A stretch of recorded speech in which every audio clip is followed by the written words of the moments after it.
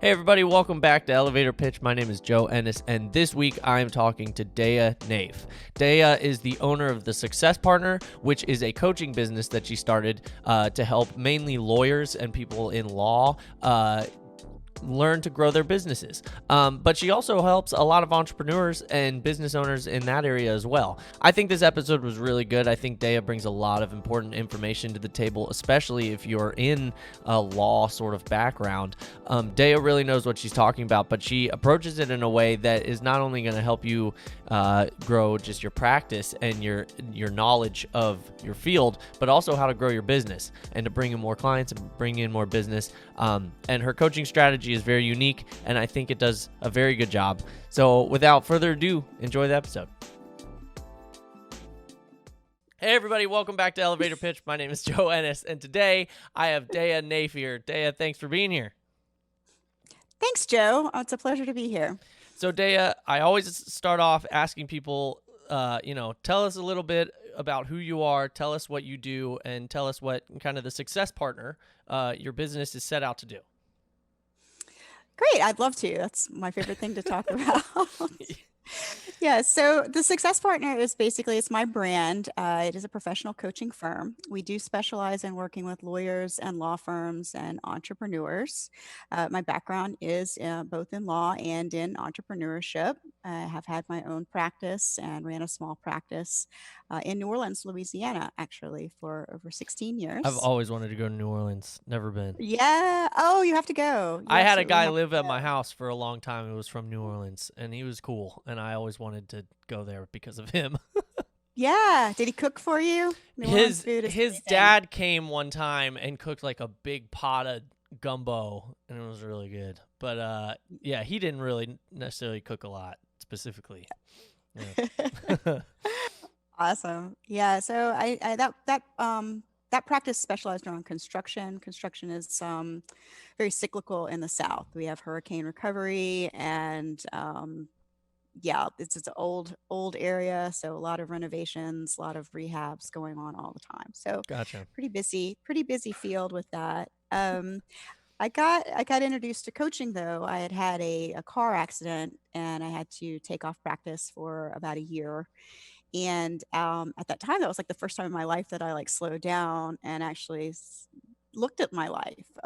It's very culturally orientated to like go to school, go to grad school, Sure, go to yeah. law school, start your practice, and just go boom, boom, boom, boom, boom. And I was really enlightened by having a coach. It seemed really odd and woo woo at the time. I was like, oh, I'm very unique and kind of, kind of out there. But that's kind of when I started my path into that profession.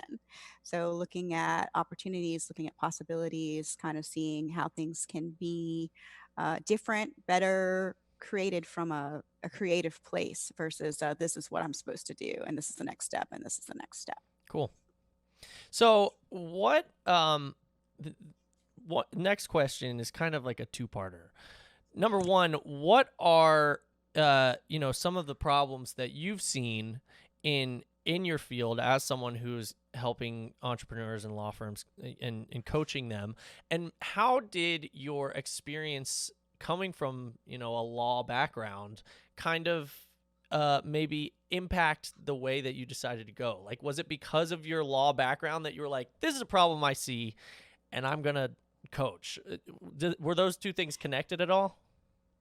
Yes, yes. The legal industry has been in a disruptive mode for about the last decade, maybe even 15 years. And now with technology and COVID, it really changed. It's on its ear right now. I saw it coming, and I saw that attorneys were getting further and further away from having bedside manner, having that total relationship with their clients, keeping clients. Like it really became commoditized.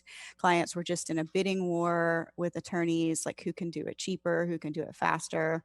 Um, And I was very interested in that model on literally like how to save people in the legal profession that want to be in the legal profession. So started kind of like tapping into people's backgrounds. So, like one of the questions I always ask is, like, why did you go to law school, in the first place? Or what was your first couple years of practice like? What was your favorite subject in college? Like, where did this path start? Because you get on that the hamster wheel, and then you wake up and you're like, how did I end up in this practice area when my passion Mm, is over here? And you're wondering why the clients aren't coming because it's become commoditized. And that's where I really support my attorneys in getting really reconnected to that. And then the same thing with small firms. So people are like, hey, I want to have a small firm. Actually, 75% of attorneys in America work in a small firm, like a partnership of less mm, than four partners. wow. Yeah, which I didn't know until actually I started doing some of my outreach. I always have been in a semi-metro area, and you think of the big name firms and Yeah. the big office buildings on the Yeah. main drag there, and you don't think about all the mom and pops, the solos, and the small partnerships, which are the majority of the practice. Yeah. Yeah. That's crazy. Uh, Daya, what can people expect? Because you work not only with lawyers and law firms, but you also work with entrepreneurs. What can people expect when they come to you for coaching or they want to work with you? What's kind of your process? that's a good question. It is personalized. So sometimes people really do need something around like a creative outlet or how to get their work life balance back in check. They're really doing okay with their business, growing their business, and yet they haven't seen their kids. I know with COVID, everybody's seeing their kids maybe a little too much, but they're not actually having quality time Sure. with them. And there's that old joke, whatever, cats in the cradle. It's like you blink, and they're grown up, and they have Yeah. their own family, and they don't have time for you anymore. So seeing things like that. And so it is pretty individualized. I do have some group programs that are kind of a set curriculum, if you will. But most of the work I do is designed individually. Cool.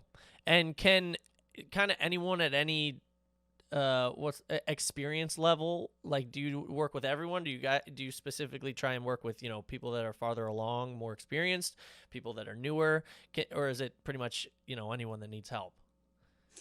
It is pretty much anyone. I hate to say that it's not very good niche marketing, Hey, but no, that's great.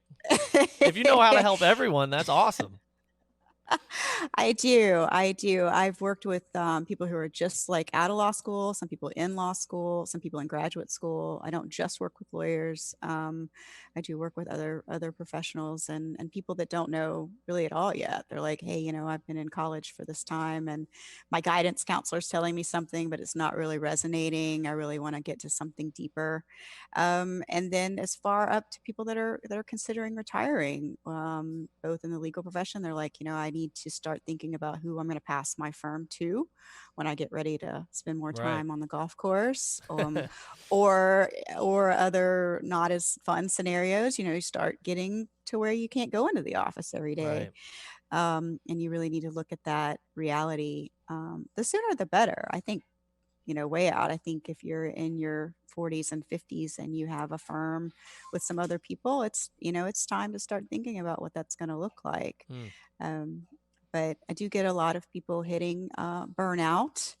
You get burnout around 10 or 15 years, if not before.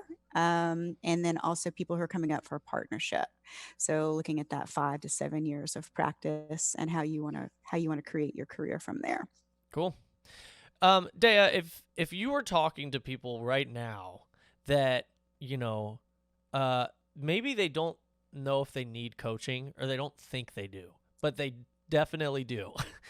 What would you tell people that are maybe either considering coaching and they don't know if it's for them, or they're kind of just like, I don't think I need it. What advice would you give them? Well, I think if they're thinking about it at all, it's definitely worth a conversation. Mm, And I do offer free short consultations just to see if it's a good fit. I also refer out a lot. Some people come to me with something and I'm like, I know somebody who would be perfect for you, with, either your schedule, your time frame, your subject matter, whatever. I'm always happy to refer out to other coaches. I do a lot of networking with other coaches, and same way. They're like, I have an attorney and he keeps going on with these terms and I don't understand it. And I'd rather he or she work with someone who doesn't need that. Sure. And so it's more comfortable there. More often I get people who are like, oh, my sister-in-law needs to work with you. And I'm like, well, she may or may not think she needs to work with anybody. Right. And if they're open to a conversation, that's great. If not, it's not. It's something that you just can't. Um, I don't know. Coaching comes from the perspective that you are perfect how you are, and you're progressing how you're progressing. It's just needing some more focus. So, for instance, if you've wanted to do like a memoir or a biography of one of your family members or something like that, somebody was an immigrant or came over, and you want to write their story or something like that, and that's been like bubbling in your head for years, and you want to get that out. So, yeah, you could do it in 10 or 15 years. Okay, you've been thinking about it 10 or 15 years. You could take it on with a coach and get it done in a year. Mm, We could set it up and then they have their creative outlet, and that affects their work positively because they are working on something to feed that part of their psyche, their spirituality, their wholeness, if you sure. will. Yeah. A few questions left, Daya. That's awesome. My next question is for kind of a another group. Is there something this year has been crazy, insane? I don't Mhm. know if this will be out by the end of the year, but 2020 was crazy, insane, bonkers. What is something that I'm assuming there's been some sort of pattern in what you've been telling a lot of clients. Maybe it's just simple steps or just advice that they should be potentially thinking about or considering as we've gone through this year. What kind of advice would you give to people? Um, Again, you don't necessarily know who they are or where they've been or what their business is like. But what is some advice that you would give to people after this year of that might just benefit them to either consider, think about, either implementing in their business or in their life or whatever it is? Mm-hmm. Um, do something.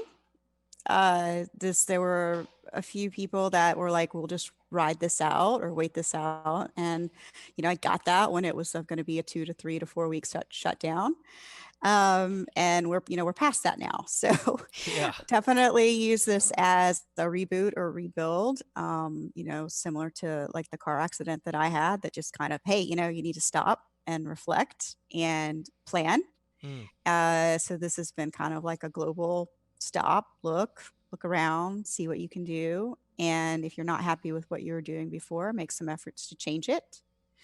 Some people have been extremely busy this year. Some industries just completely skyrocketed. Some of the smaller firms that I'm working with, they're just super busy. So they're having to hire people. And that's when they really needed some guidance, how to preserve their firm culture now that they are having to hire quite a few people to keep up with the demand.